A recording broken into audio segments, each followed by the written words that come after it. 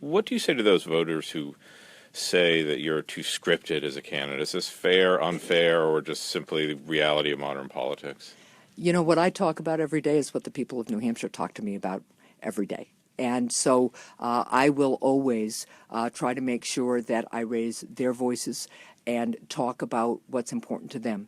That has included everything from improving our behavioral health system in New Hampshire, something I heard about all the time in especially my first run for governor back in 2012, to now the discussions I have with people everywhere I go about the impact of the heroin and opioid crisis on them and their families or in their businesses.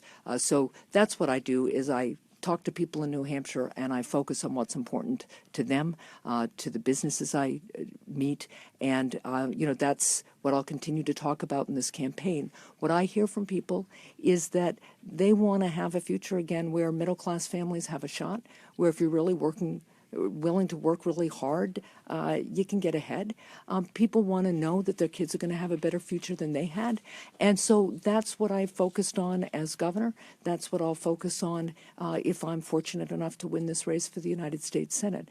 And I've laid out a number of plans that are very detailed, from the Innovate 2.0 plan, which is my economic plan, to a national security plan, which really focuses on a broad group of steps we can take to strengthen our military, defeat ISIS, strengthen our homeland, continue our global leadership, and laid out plans on any number of other issues as well, which I invite people to take a look at. But what's important, I think, to the people and businesses of New Hampshire is that we continue to do things the New Hampshire way. You focus on the problems or challenges that people have, and you come together to get things done for them, and that's what I'll continue to talk about. Okay, voters can decide whether that was off the cuff or whether that whole line of argument is meaningful or not. But I think we're almost out of time, and so I'm just going to shift to a final question.